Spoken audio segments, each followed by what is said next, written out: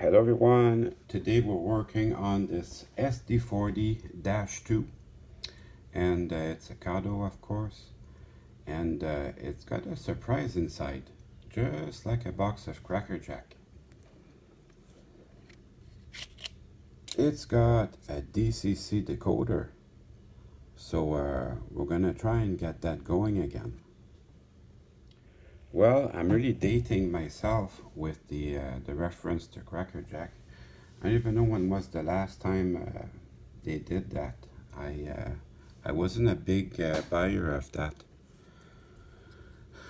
So what I did, I had this way before I had DCC engines, DCC controller. So I was not able to run this on DCC. So what I did, I put a little strip of copper just to connect the motor to the track. And that's all I did. So I'm going to remove the copper and we're going to see, put this on the track. We're going to see if we can bring this to life again. It was a very good runner on DC. The board, the DCC board, sort of kind of worked on DC, but it didn't power the motor correctly. You can go back and watch that video again if you want. So let me just remove these two copper strips.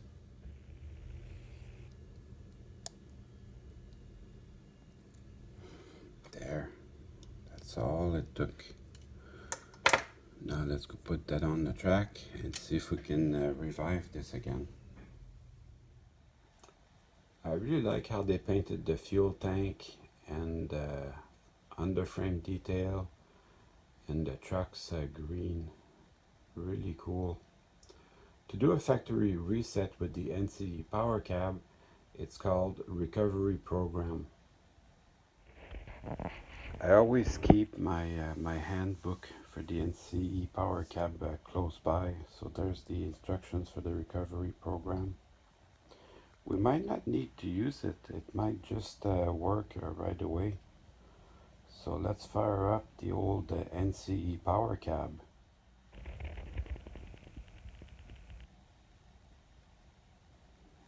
Well, something's working, so that's a good sign. Let me just go program on the main. Actually, no, I'm going to go program on the program track.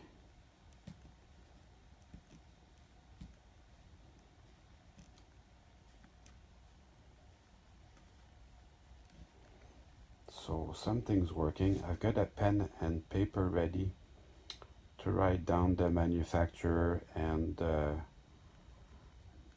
model number.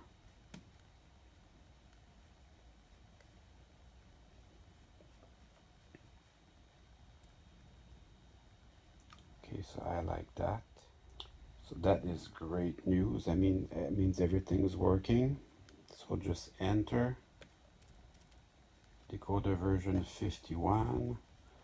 So now I can go look up the instructions online and then continue. Set up long address, may as well. Short address 003 is good. Activate this address, yes. Set up a long address. It's going to be 6746, which is exactly what it has now, so that's good. No need to change that. Activate this address, yes. And then set up configurations. I don't need to do that. I'm going to keep that like the way it is. Don't need to do that. Don't need to do that. NCE effects, interesting. Recovery program. So if I wanted to do that, I would just press 7. And that would give me reset everything to factory specs. decoder unlock, I don't need that.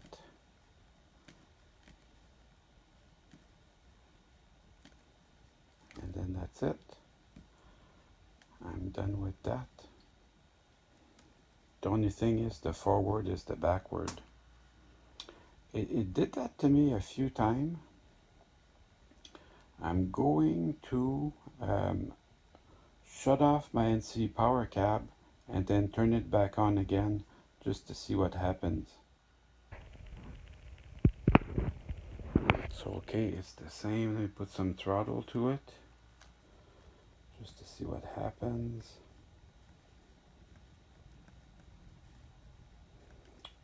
It should be moving by now, so I don't know what's going on with that. I'm gonna try reverse, see where we go.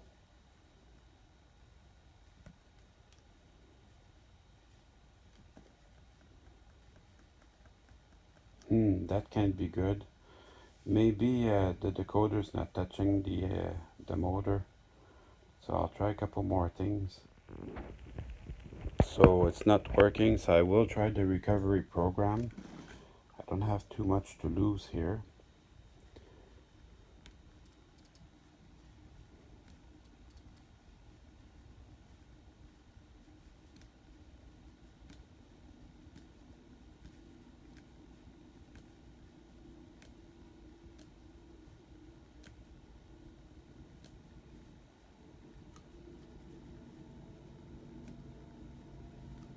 So recovery program, yes.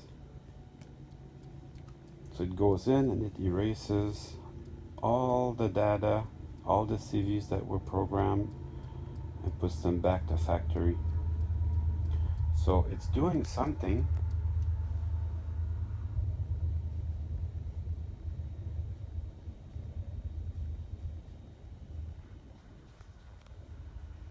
And then let's see if it will operate now.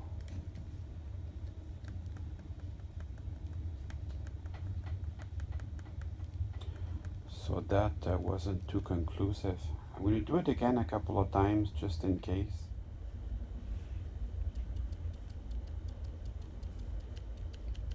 So it's doing something.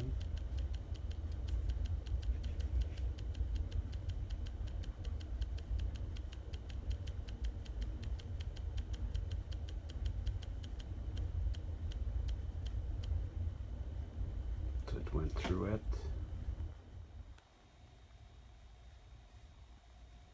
I think I know what I'm doing wrong. Look at that, loco 2902. I'm going to go back and select the proper loco. So manufacturer 129 is Digitrax. And I think it's DN163K1C. That's what it looks like to me.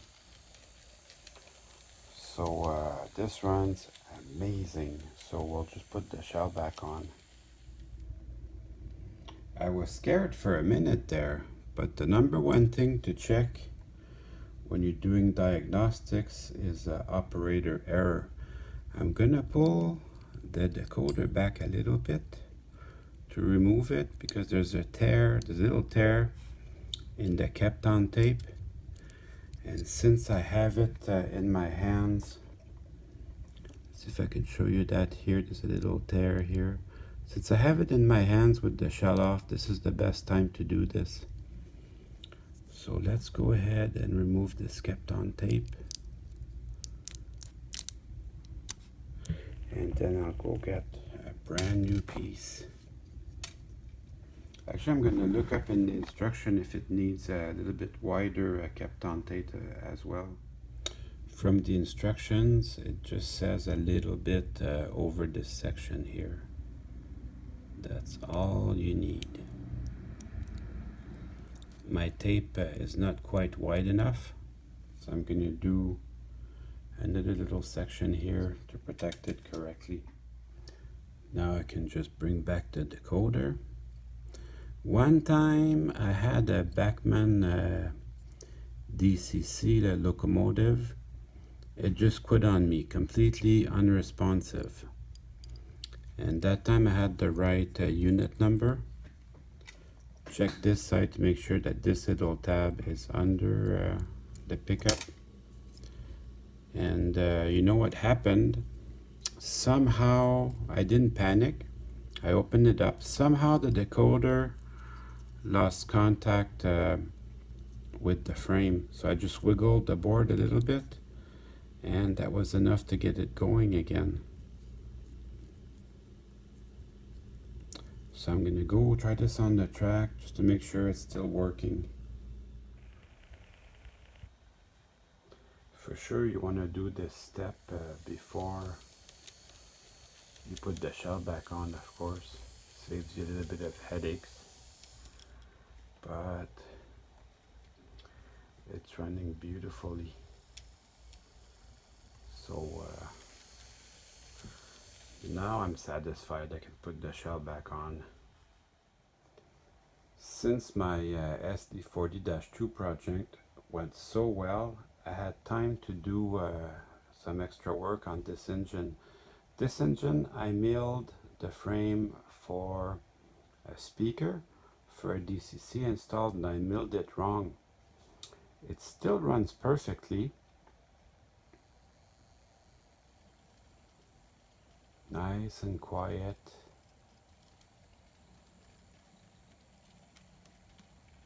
So because it's such a sweetie though, I want to make it perfect. So because I know the frame's milled wrong, I want it to be perfect, so I ordered a new frame. So I've got time to switch that out today. It really is a sweetie though. Definitely worth fixing. The Cado parts catalog is unavailable at this time. So I got these frame halves while they were still open a little while back. So it says it's under construction. You know what that means? It means they're increasing their prices, just like everything else. Anyways, I still think it's worth spending a little money on these. So let me show you the problem. I've got, I'm going to remove the shell using the box method. I was looking at some scale train stuff yesterday, but these still look good to me. And I like the way they run. Although the scale trains, they appear to run very well. The advantage maybe of switching to the scale trains is they have, obviously it's more expensive, they have number boards, each light for the number boards, and the headlight is separate and the ditch lights are separate. That gives you the possibility to having flashing ditch lights if you have a decoder that supports that. So that's kind of cool. And so yeah, I have to take this all apart to swap out the frame. There's my fuel tank, and this is the problem. I wanted to make the hole a little bit further back. So actually this frame, I'm gonna put it up, if you want to own it, if you could use it, I'm gonna put it up on my website. It's watchtrainsnow.com. The same with the SD40-2 with the DCC decoder. I'm gonna make that available. But this one's gonna be perfect when I'm done. I'm gonna be selling the frame, but not the engine itself. So yeah, you can still get parts from vendors. I looked at Plaza Japan. The exchange rate with the yen is very, very good. So these, you don't have to remember the order for the trucks because they have a little arrow. So that makes it easy. It's still held in there by these little pins from the engine cradle. So it could work like that. You can see that was replaced, but replaced with some good parts. It runs awesome, this engine. So there you go. There's one bad frame gone. I really enjoy looking inside. don't forget about this little insulator here. Sometimes I say it'll run without it, but it won't. If the two frame halves touch, maybe you're lucky and you get away with it. If the two frame halves touch, then you have a short circuit and you're buggered.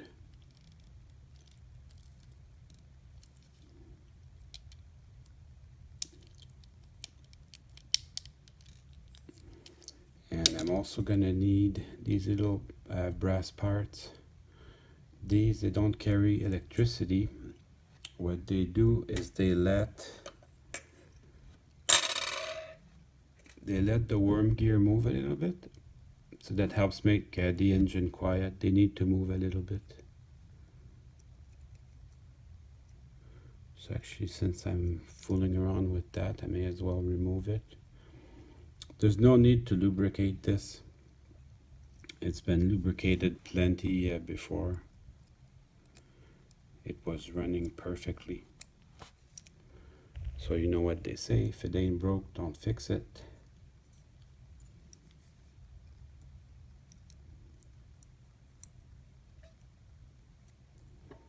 So this is a very classic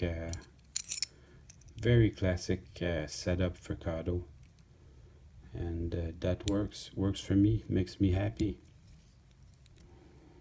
So there's the motor and the worm gears. I've got to bring this other insulator out. It's on there good. I have to work hard to get it. And then the contact strip, that too, it's on there good. So I'm gonna work it gently, because these have to be lined up properly to work. So I'm just gonna work it very gently. Has to be straight, it has to be lined up properly. Oh, I even had kept on tape for the DCC. So that goes to the done pile.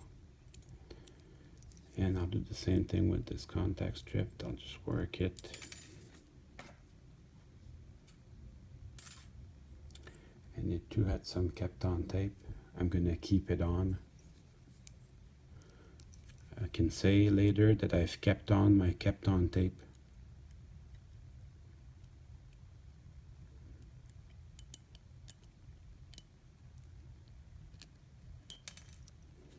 So these little tabs I'm reusing.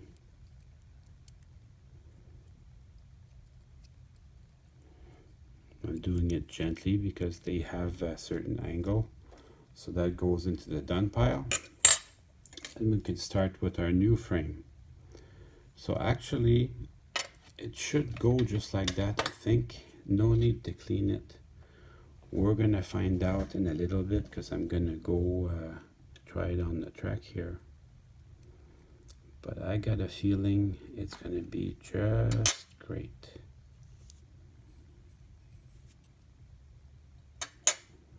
Just gotta keep track of what I'm putting where.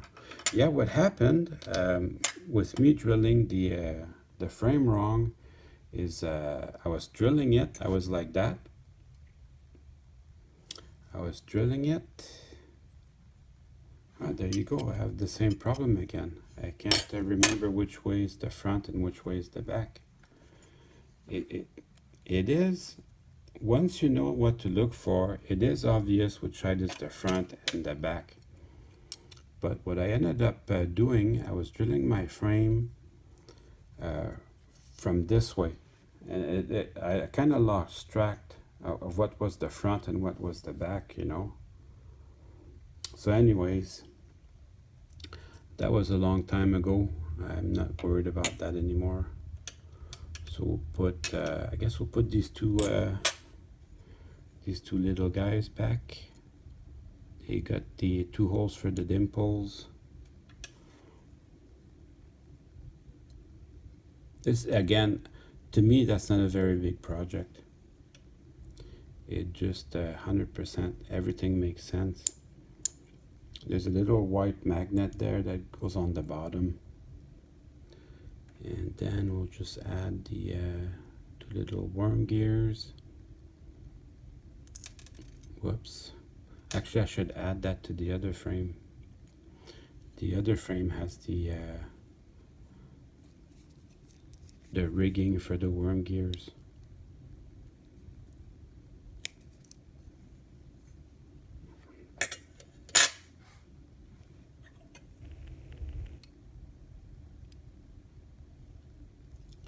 Here we go. If you put it upside down like that, the engine will go forward when it's time to go backwards, and vice versa. When you put your controller to forwards, it'll go backwards. When you put it to backwards, it'll go forwards. It's not the end of the world, you just gotta turn the motor around. Perfect. I was just looking for that little bearing for the end. So that goes just like so. Do the same thing for the front one.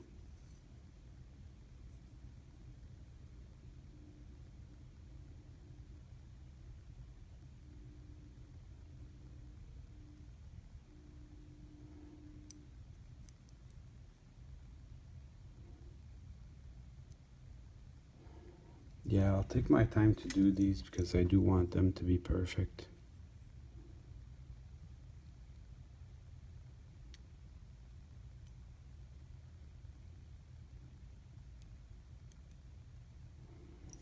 And they'll fall right in. Check it to make sure it doesn't rub against anything.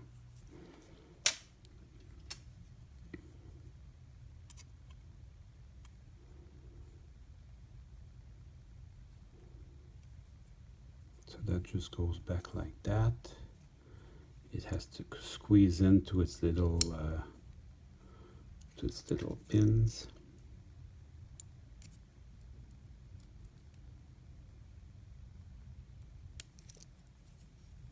There. Yeah, at this point I usually test it on the bench too, just to make sure. And then contact strips, make sure that they're straight. There's not really any side, they're both exactly the same. But that goes under these pins here, these two little pins, goes under that. Actually starting to look very nice. This one maybe goes to the other side. I think it's out of alignment, just a little bit.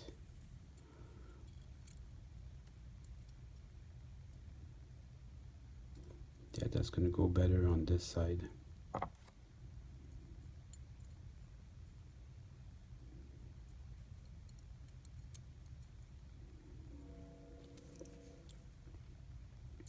So we'll just pop it in there. Oh, can you see how good that looks?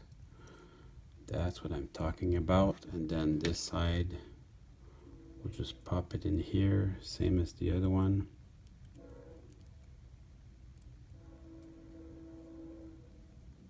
This is what people at the Decado factory do. I would find it tough. I enjoy doing it as a hobby. I would find it tough to do that all day, every day. Although they probably do it quicker than me. That can be fun too, you know, to try to do repetitive activities, but to do it quicker every time. But still, I don't like repetitive too much. Yeah, I wouldn't want to do this as a job, just like truck driving. For me, truck driving would be fun for a couple of weeks, and then I'd probably fall asleep at the wheel. So I'm going to be staying away from that. Well, everything's shaping up. I'm going to put the two trucks back in. Checking for the little arrow. You may have to open up the end of the frame just a little bit. These are the same as the SD40. It's the exact same gearbox, and you can break the little pin if you're not careful. So line up your contact strips properly. Very important. Always keep that in mind to line them up. And you can feel it if it's out of alignment. The truck just doesn't want to swivel properly. There. That's much better. So make sure you have the contact strips lined up properly. And then we'll do this side. Still looking for my little arrow.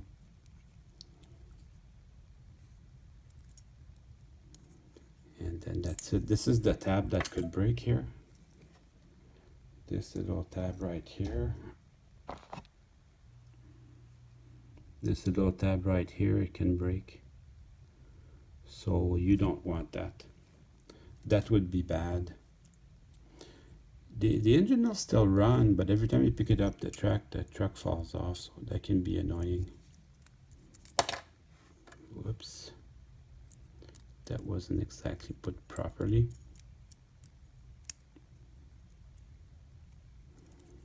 Okay, so that looks great. Line up your contact strips. Yepper. So now I can reintroduce my two little nuts. And then the screws. Yeah, everything's really shaping up now.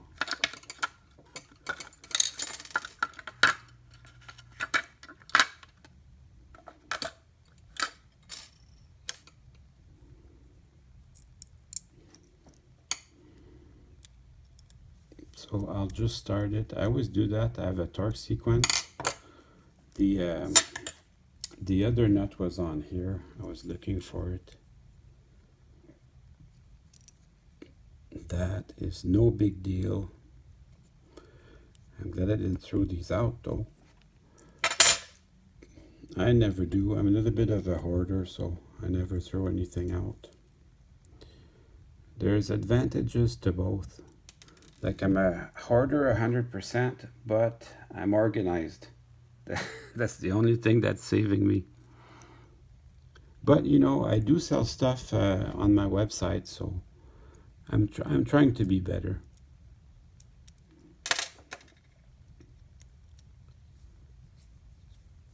I think everybody benefits for that. I get to play around with the trains a little bit and then share with other people. Try not to be so selfish and want to keep everything to myself. So on these, always remember that the other side, you have to press on the pin. Well, this is not right anyways. Perfect. Press on the pin and then just slide it in. Yep, that feels real good.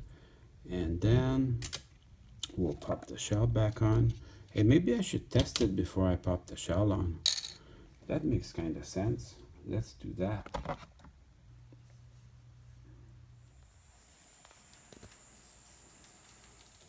So it runs very well. No surprise there. I can put the shell back on, knowing that now it's perfect. Look at how slow they crawl. I still like to run DC. Just because I have these very incremental voltage increases. Alright, let's go put the shell back on. I was able to download the instructions to the decoder. It's a 4-page booklet. So that project went very well. That was a nice little project. And then this one too. This one, the underframe details go with the shell.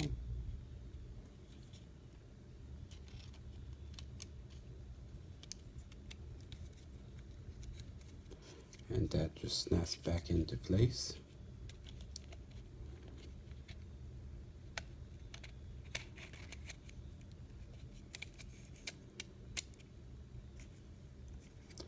Should go back in nice and easy. Have to You have to walk the fuel tank over the side details.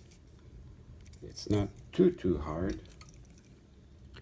Just have to help it spring adjust a little bit.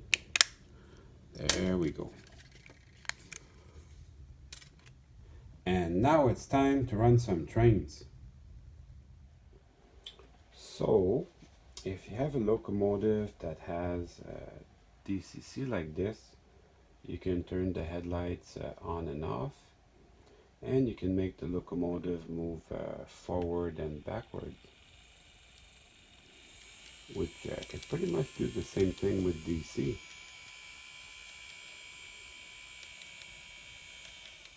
But if you couple it to an engine that has DCC and sound, then you can have some more fun.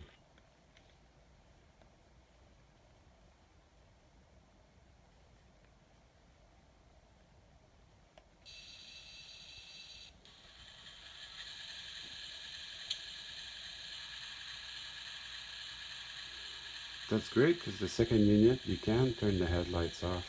That, I'll say, DCC has an advantage.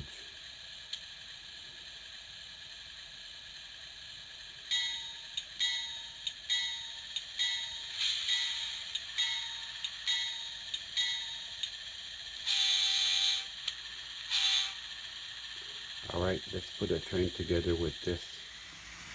Well, I hope you enjoyed the video. I certainly had fun making it for you.